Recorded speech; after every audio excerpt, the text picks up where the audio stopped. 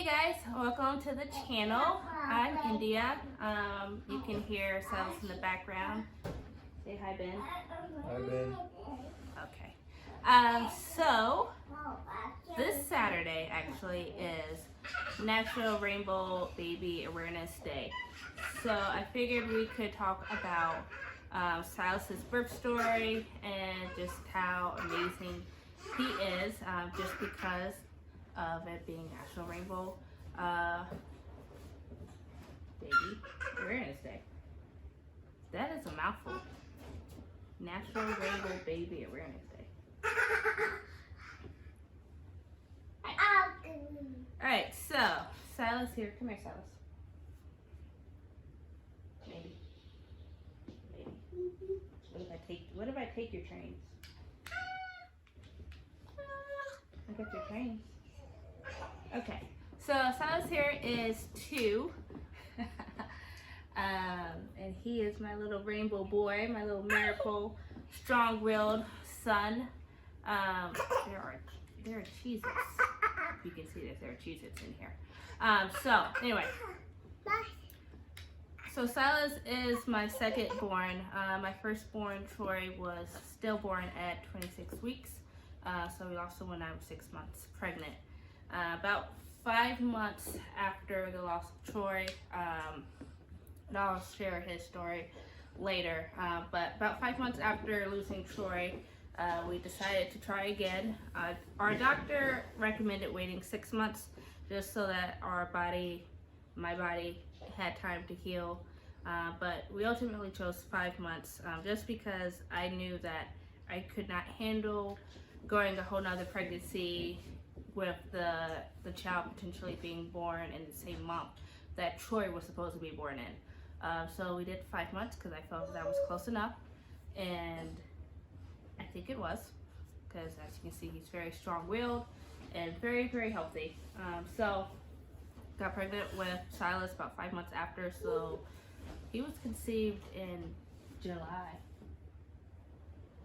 He was conceived in July. So you know. Do you know that?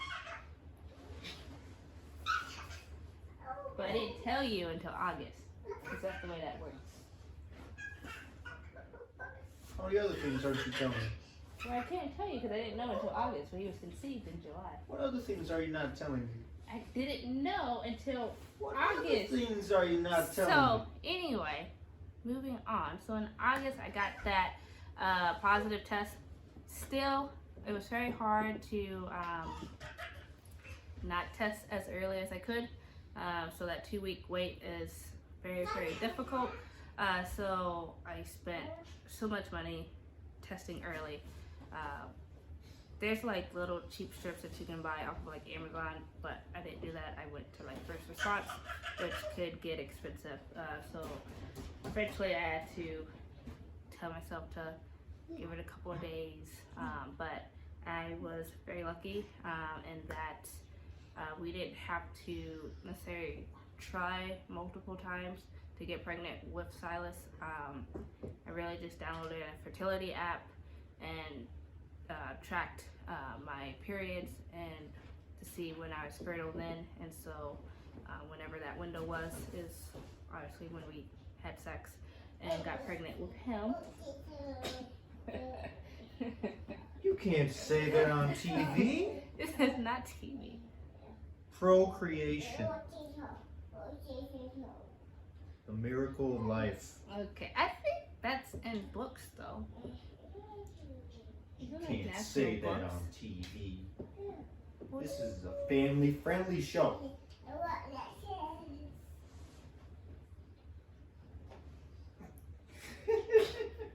Moving on. So Silas's pregnancy was automatically considered high risk, just because I had a stillbirth, and I did actually have a chemical pregnancy before I got pregnant with Troy.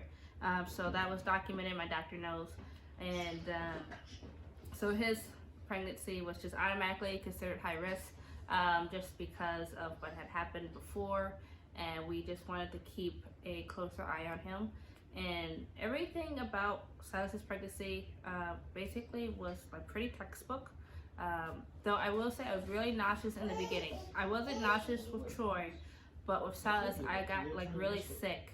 I was actually, I tried to continue to work out because after I lost Troy, I started working out, trying to get my body right because obviously I gained a bunch of pregnancy weight and I wanted to give the next pregnancy the best chance that it could. So I did work out, but Silas did not want me to, obviously, because like every time I would get up to either start working out at home or go to the gym, I would get like a nosebleed or I would get really sick. And it was like when I finally gave that up, it's like when I stopped being sick. And I haven't been back to the gym since.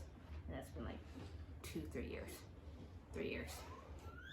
So, I lost my train of thought. You got a train of thought?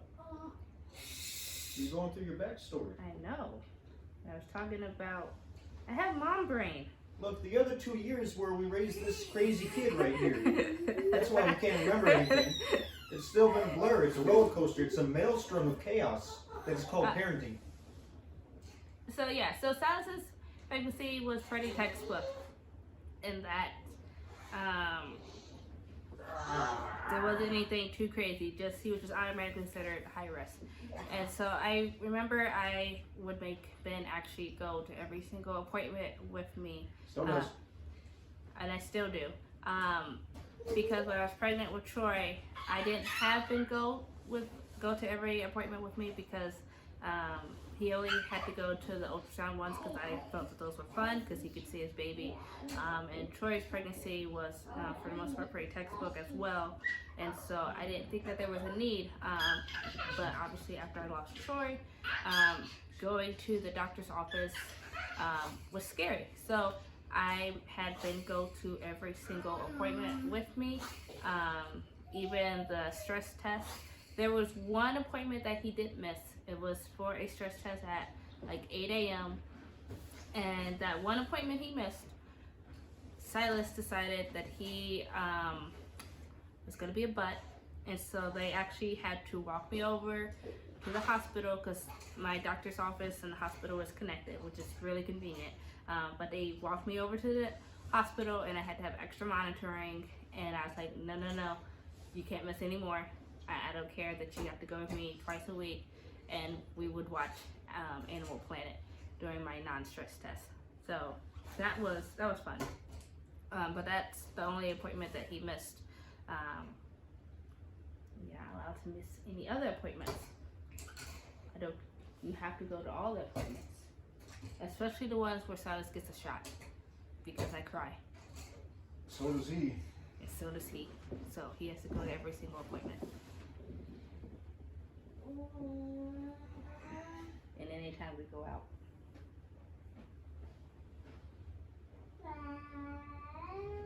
We don't make you go on all the walks though.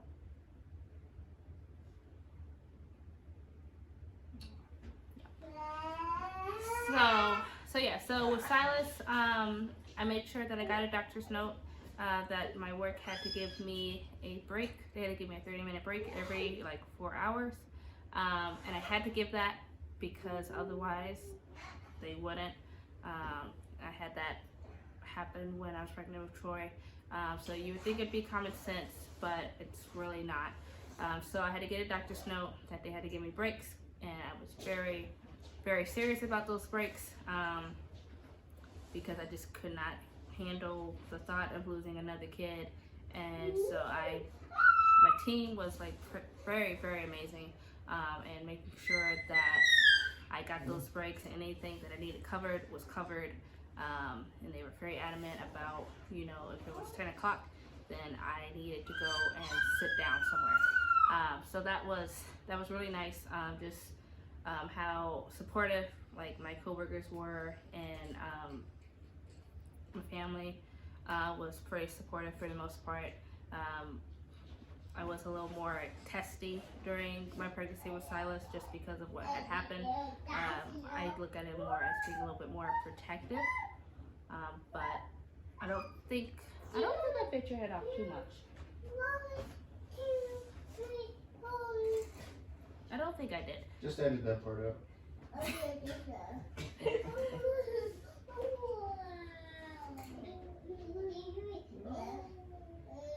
So anyway, so with Silas, I got a doula. My sister-in-law asked if she could be our doula, and so I said yes, which was so helpful. Because when we were in labor, actually having somebody there to step in and help answer questions or to remind us of our other options was really good for us because it's a lot, honestly, to think of, and just having somebody to be able to step in and say, like, wait a minute, give us a moment to talk, because sometimes it feels like you're being rushed even if you aren't, but it just feels that way when you're in the hospital, that they kind of want to make a move like right then and there. So having somebody else there to like step in was really helpful. I did try my best to not use any like pain medication or get an epidural, but that didn't work out too well for me. I just could not relax, and it wasn't even necessarily about being afraid of losing Silas. One, I was excited because I was getting ready to meet my boy, who during like the whole pregnancy was very difficult with ultrasound pictures. He did not like his picture being taken. He was always covering up his face. No pictures. Yes, he was very much like, no pictures please. And he wasn't nearly as active as his big brother was. He was pretty chill. He's not chill now, but he was back then.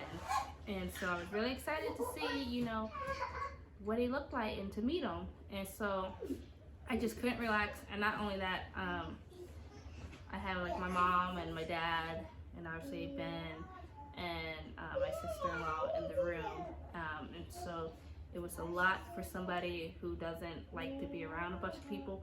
Not to mention, of course, you know, having like nurses. And we tried to do the, there's like a monitoring thing where you don't have to be like strapped into the bed. We tried to get one where we could walk around, but it just wasn't working. The connection kept getting bad, and so they had to constantly keep coming in and like fix it. So I wasn't able to move around as much as I wanted to. So in short, I ended up getting an epidural. And at that point, I wasn't feeling anything, and I was actually able to get some rest because I couldn't feel the pain, couldn't feel the contractions. And at some point I actually had to wear an oxygen mask because my contractions were so on top of one another that Silas wasn't getting as much oxygen as he needed. But luckily everything, you know, turned out just fine. He came out and he was mad when he came out. He's still mad when he wakes up. I don't know if that's ever gonna change, but he was really mad when he came out. But you know, he was there, so we were really happy. I remember when the nurse like wrapped him up. Ben called him like a little Eskimo. you were so happy to get this little wrapped up baby. And yeah, Silas was it was such a big deal that, you know, here he was, the little troublemaker that we prayed for was here. And so we were just so happy. And you know, he still did not want to really wake up. Even after he came out, I remember I actually cried a lot because he just wouldn't wake up to eat. And we were breastfeeding, and I just couldn't understand why he wouldn't wake up. And now I'm wishing that he would go to bed earlier. But at the time, it was very traumatizing because I was like, my baby's not waking up, I'm doing something wrong, because you already have that added pressure of not getting rest, because you just have a newborn and hormones are going crazy, and then you top that off with, you know, knowing what it's like to lose a kid, and you're wondering if you're getting your kid enough food. And so It was really, really hard in the beginning when he came out because my milk didn't actually come in until after we left the hospital. Like obviously before we had colostrum, but my milk didn't come in until after we left the hospital. And the way we had it set up was that the day he got out is when he had his first doctor's appointment. And so they were concerned that he wasn't getting enough milk, and I was like, well, it just came in. And so they wanted me to top him off with formula, and so then that made me just feel even worse. And so I had to eventually make a choice. I was actually able to get support from my sister-in-law, who has, successfully breastfed, and I was able to join like a community and get that support. And so, Silas he's like 2.5. Honestly, he's like 2.5 now, and we are still breastfeeding.